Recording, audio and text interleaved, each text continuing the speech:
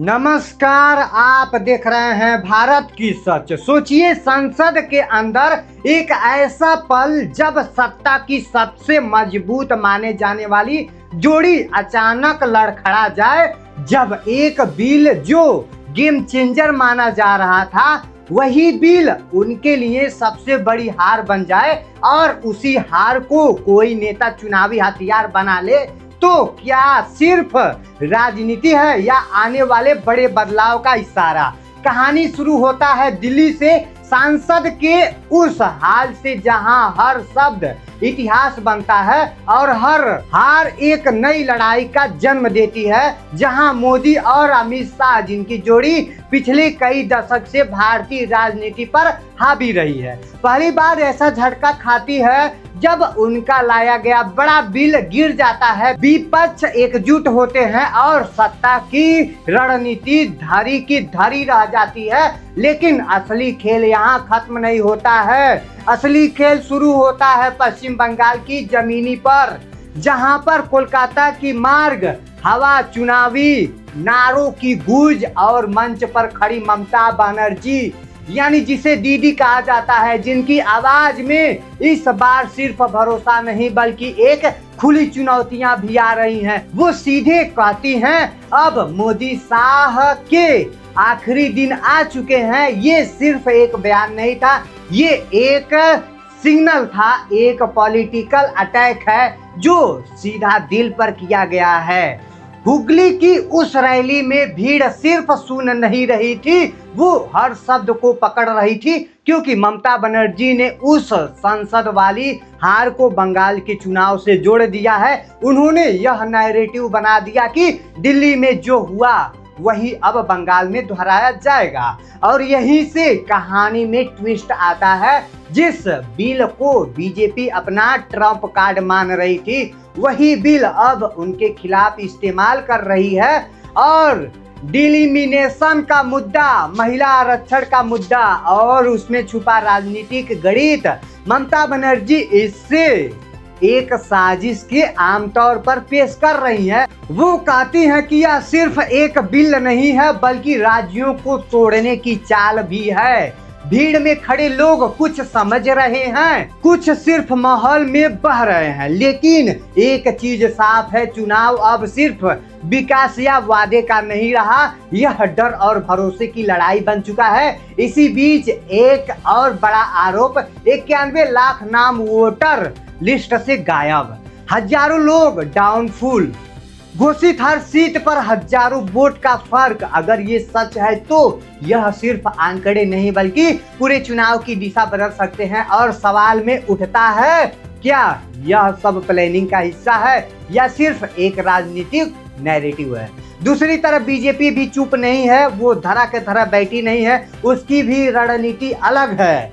मैदान में 600 से ज्यादा अधिकारियों के तबादले बूथ लेवल तक पकड़ मजबूत करने की कोशिश कर रही है और फोकस सीधा मिडिल क्लास और युवा वोटर्स पर। कोलकाता के बीचों बीच बड़े बड़े धार्मिक योजनाएं, गीता पाठ, सांस्कृतिक कार्यक्रम, एक ऐसा माहौल बनाया जा रहा है जो पहले बंगाल की राजनीति में इतना खुलकर कभी नहीं दिखाया गया था। भाई, कभी नहीं ऐसा दिखाया गया था। यह सब देखकर एक सवाल और खड़ा हो जाता है, क्या यह सिर्फ चुनाव जीतने की रणनीति है? और बीजेपी ने 77 सीट जीतकर सबको चौंका दिया था, लेकिन इस बार हवा वैसी नहीं दिख रही है। ग्राउंड पर अलग कहानी है, लोग बटे हुए हैं, कोई खुलकर नहीं बोल रहा है, लेकिन अंदर ही अंदर हलचल बहुत तेजी से मच रही है। और सबसे दिलचस्प बात, जिन चेहरों को बीजेपी आगे कर रही थी उनमें कई चेहरे वही हैं जो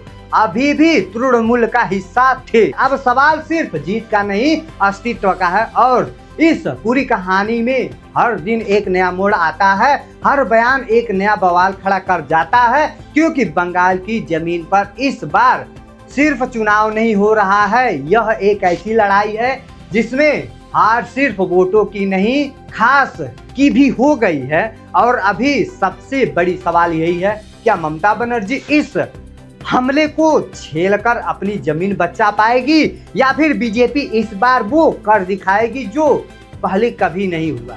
कहानी अभी अधूरा है, खेल अभी बाकी है और असली पल अभी आना बाकी है। लेकिन कहानी यही खत्म नहीं होती है, असली सस्पेंस तो अब शुरू होता है, क्योंकि जैसे जैसे चुनाव की तारीखें करीब आती जा रही है वैसे वैसे बंगाल की हवा बदलती महसूस हो रही है। हर गली, हर चौराहे, हर चौपाल, हर चाय की दुकान अब बस एक सवाल पूछ रही है, इस बार किसका खेला होगा। एक तरफ ममता बनर्जी जो खुद को इस जमीन की असली रक्षक बता रही हैं, वो हर मंच से बस एक ही बात दोहरा रही हैं, बंगाल को बाहर वालों से बचाना है। ये लाइन सिर्फ एक नारा नहीं बल्कि एक भावनात्मक दाव है जो सीधे लोगों के दिल पर असर करता है। दूसरी तरफ बीजेपी जो पूरी ताकत झोंक दी रही है अपनी चुनावी रणनीति में, लोकसभा चुनाव को लेकर के नेशनल की लड़ाई कनेक्शंस में बदल दिया जाएगा और इसी के हार के बाद नए चेहरे, नए वादे और नए मुद्दे सामने लाए जाएंगे।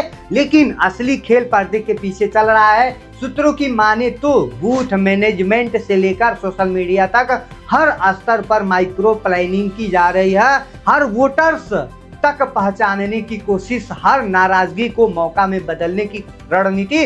और इसी बीच एक और चौंकाने वाला ट्रेंड सामने आ रहा है। युवा वोटर्स जो पहले राजनीति से दूर माने जाते थे, अब इस चुनाव में सबसे बड़ा फैक्टर्स बन चुके। सोशल मीडिया पर ट्रेंड्स, रील्स, वायरल्स, वीडियोस सब कुछ चुनाव को प्रभावित कर रही है। लेकिन क्या यह डिजिटल हवा है? जमीन की सच्चाई बदल जाएगी, क्योंकि गाँवों में, कस्बों में और भी मुद्दों बहुत ज्यादा गर्म हो चुकी है। रोजगार, महंगाई, सुरक्षा और सम्मान, और यही मुकाबला भी सबसे ज्यादा दिलचस्प बना देती है। ममता बनर्जी अपनी योजनाओं और महिला वोटरों बैंक पर भरोसा कर रही हैं। बीजेपी राष्ट्रीय मुद्दों और मजबूत नेतृत्व की छवि पर, दोनों पर भी भाई दोनों अपने दाव पर भरोसा कर रहे हैं। दोनों के पास अपनी अपनी कहानियां हैं, लेकिन जनता अभी भी चुप है और यही चुप्पी सबसे खतरनाक साबित होने वाली है, क्योंकि जब जनता आखिरी वक्त पर फैसला करती है तो सारे एग्जिट पोल, सारे अनुमान, सब कुछ फेल हो जाता है। अब सबकी नजरें टिकी हुई है 23 अप्रैल और 29 अप्रैल, जब हर कोई अपनी उंगली के इशारे एक वोटिंग करेगा, अपनी कहानी का अगला अध्याय लिखेगा कि भाई कौन जीतेगा, किसकी होगी सत्ता बंगाल की, किसकी गूंज सिर्फ कोलकाता तक सीमित रहेगी और किसकी गूंज नहीं सीमित रहेगी बल्कि दिल्ली की सत्ता के गलियारों तक सुनाई देगी। क्योंकि ये चुनाव सिर्फ एक राज्य का नहीं बल्कि देश की राजनीति की है और अब सबकी सांसें थमी हुई है, क्योंकि खेल अपने सबसे खतरनाक पड़ाव पर पहुंच चुका है। क्योंकि बस अब कुछ ही दिन की देरी है, क्योंकि अब चुनाव नजदीक ही है। तो आपको यह बंगाल की न्यूज आपको कैसा लगा, कमेंट सेक्शन में जरूर बताइएगा। इसी के साथ वीडियो को समाप्त करते हैं। जय हिंद, जय भारत।